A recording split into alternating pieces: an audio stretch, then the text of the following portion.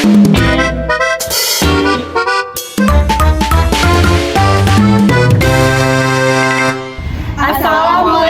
warahmatullahi wabarakatuh. Shalom, Om Swastiastu, Namo Buddhaya, Salam Kebajikan. Perkenalkan, kami dari kelompok 2 ingin menjelaskan hasil diskusi kelompok kami dengan tema pendekatan-pendekatan ilmu politik. Sebelumnya, izinkan kami memperkenalkan diri. Saya Galih Hamdan Among sebagai moderator. Saya Putri Maharani sebagai pemateri 1. Saya Kinta Nur Fitria Syafita sebagai pemateri 2. Saya Tasya Tri Amanda sebagai pemateri 3. Saya Shania Agustin sebagai pemateri 4. Baik, langsung saja kita masuk ke materinya. Pendekatan dalam ilmu politik. Ilmu politik menggunakan berbagai pendekatan untuk memahami fenomena politik. Pendekatan ini berfungsi untuk menentukan masalah yang diteliti, pemilihan data, serta cara analisis. Menurut Van Dijk 1955. Pendekatan legal atau institusional. Pendekatan legal merupakan pendekatan tradisional yang berkembang sebelum Perang Dunia Kedua. Fokusnya pada negara, konstitusi, dan lembaga formal seperti legislatif dan yudikatif menurut Krishnadi 1987. Pendekatan ini bersifat normatif dan deskriptif, menilai sistem politik berdasarkan standar demokrasi barat. B. Pendekatan perilaku behavioralis muncul tahun 1950-an sebagai reaksi terhadap pendekatan legal.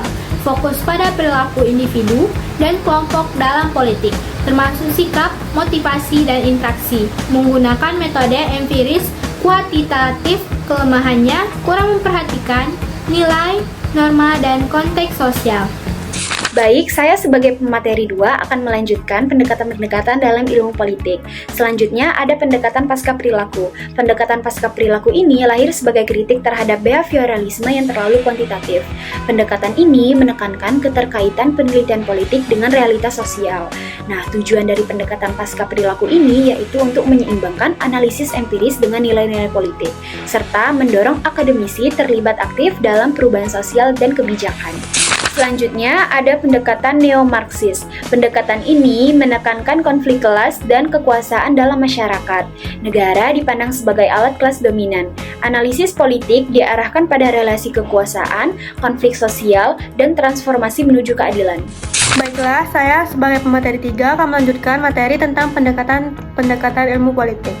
Selanjutnya, ada pendekatan ketergantungan, berkembang pada tahun 1960-an di Amerika Latin, menyoroti ketergantungan ekonomi negara, perkembangan pada negara maju, di mana negara berkembang hanya jadi penyedia sumber daya dan pasar.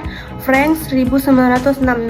Kelebihannya mengungkap ketimpangan global, namun kelemahannya terlalu menekankan faktor ekonomi dan kurang melihat aspek politik sosial.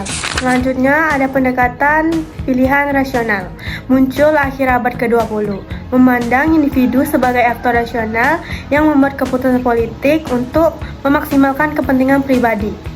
Pendekatan ini memakai model ekonomi dan sistematis, tapi dikritik karena mengabaikan faktor sosial dan psikologis. Pendekatan institusionalisme baru. Pendekatan ini mengembangkan teori yang menekankan peran institusi dalam membentuk tindakan politik dan kebijakan, menurut Marx dan Olson. Pendekatan ini menganggap bahwa tindakan politik dan kebijakannya dibentuk oleh norma-norma, aturan, dan struktur institusi yang ada, serta bagaimana institusi tersebut memengaruhi perilaku aktor politik.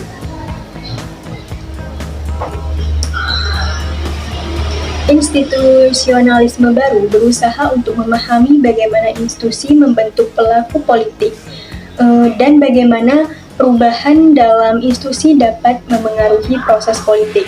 Pendekatan ini memberikan kerangka kerja yang lebih luas untuk menganalisis dinamika politik dalam konteks institusi dan aturan yang berlaku, meskipun kadang-kadang dapat terjebak dalam analisis yang terlalu fokus pada struktur dan institusi tanpa memperhatikan perubahan sosial yang lebih dinamis.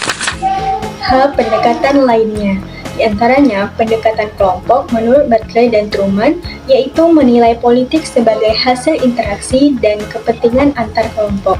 Yang kedua, pendekatan ekonomi politik, yaitu menganalisis hubungan politik ekonomi, namun kadang mengabaikan aspek politik.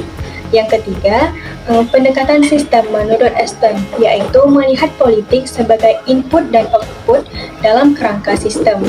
Yang keempat yaitu pendekatan Marxis, menekankan politik baik dalam versi klasik, yaitu ekonomi sebagai fondasi, maupun dalam kontemporer, yaitu lebih menyoroti dinamika sosial dan politik.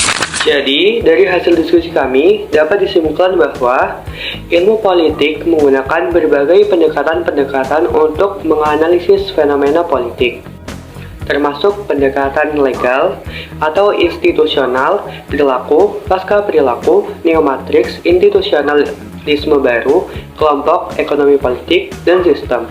Setiap pendekatan memberikan perspektif unik dalam memahami kompleksitas politik, sehingga ilmu politik dapat memahami fenomena politik dari berbagai sudut pandang dan memberikan analisis yang lebih komprehensif.